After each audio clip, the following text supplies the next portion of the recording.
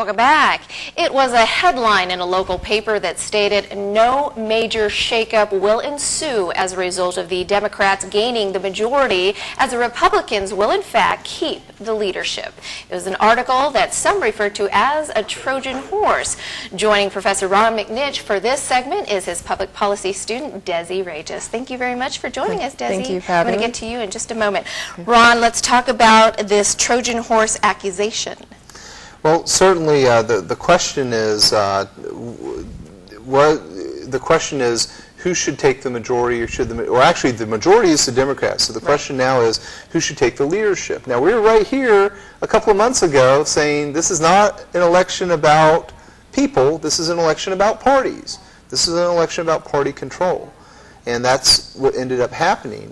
You end up having a Democrat group controlling the votes in the legislature, and they do have control. They have the majority of votes. And so right now we're seeing this, I would call it, I don't want to say it's a constitutional type of crisis, but it's almost to the point of a constitutional crisis. What do you do when the majority is no longer the leadership?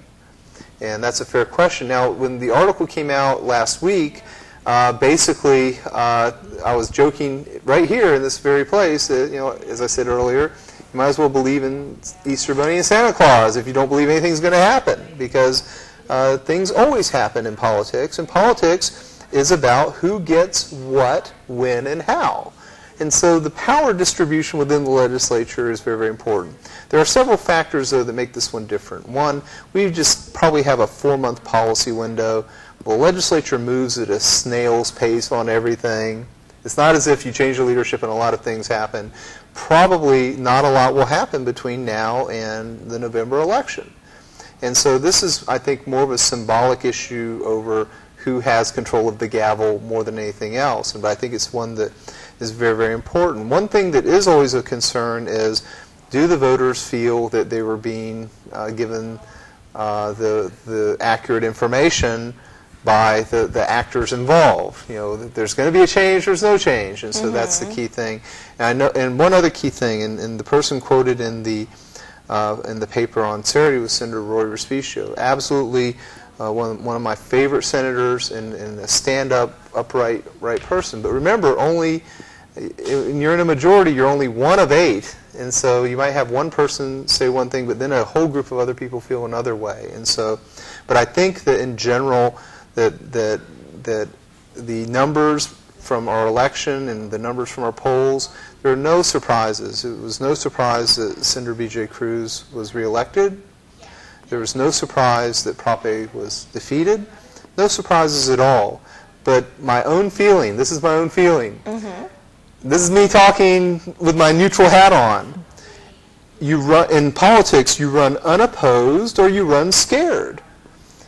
The Republicans should have said, I don't care what the rules say. We need to try to get our 8th person elected. And so really it was the Republicans' responsibility to really go all out and try to keep the majority. So you think if the Republicans really pushed for Tello, like really took an all-out stand and really got out there and beat the streets, that this election would have turned out very differently? It would have been a different kind of election. Now, I don't say the results would have been different, but the key point that I want to make is if the Republicans wanted to keep control of everything, they should have gotten their candidate elected. Now, I'm not trying to blame anybody, but that's the reality. This isn't Canadian football where you can argue with the referee. I mean, there's a process that these things go through. And when you have the majority, you have the majority.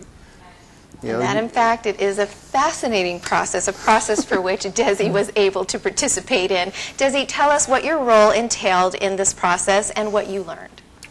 I was program coordinator for Prop A, and we went around and we did surveys, and we went around to the different villages for the exit polling, and we got people's responses on who they would vote for in the different villages, and we took a sample from each village and took a tally of how it was going to end up in the total.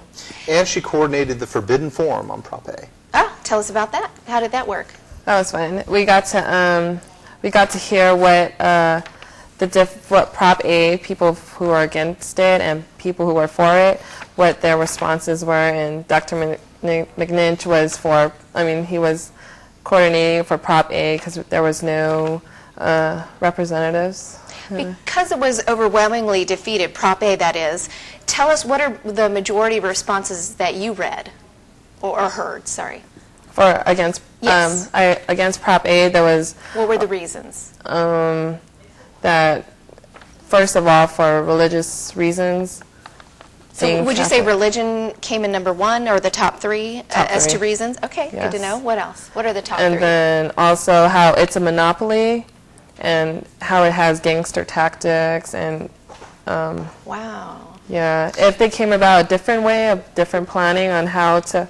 A lot of people said that they weren't against it; they were Per just se, they just were against the monopoly, if you will. yes, and how they were gonna go. Maybe if they had a different plan on how they were gonna go about Prop A. What was wrong with Prop A? Like, how could they have overcome this monopoly argument, if you will? Sure. The monopoly argument, the religious argument, the argument about the not necessarily gangster tactics, but really just the in-your-face, we got to do it kind of tactics. Right. It was all when we did the surveys in November, and this is the secret question we had on our survey. 53% of people had a fear that the Prop A folks might sue them if they spoke out about Prop A. And so that was part of the fear factor, that really all the Prop A had to do, in my view. And by the way, they ran a very good campaign this time. Don't get me wrong. They did. All they had to do is lift all their lawsuits and stop suing people, and then argue it on the merits of the issue. But I think that because they relied on the courts and they thought they were winning in the courts, they weren't winning the hearts of people. So drop the legalese and get down to this is politics, grassroots level. And absolutely. Politics, people don't understand the courts. That's the issue. there you go. Desi, thank you again for participating, Thank you for and best of having luck next year. I'm sure you'll be participating again in the Yes. exit poll. Keep it tuned to News Extra as we close out our interview with Professor Ron McNinch with an analogy that even your kids will understand. That more when we return.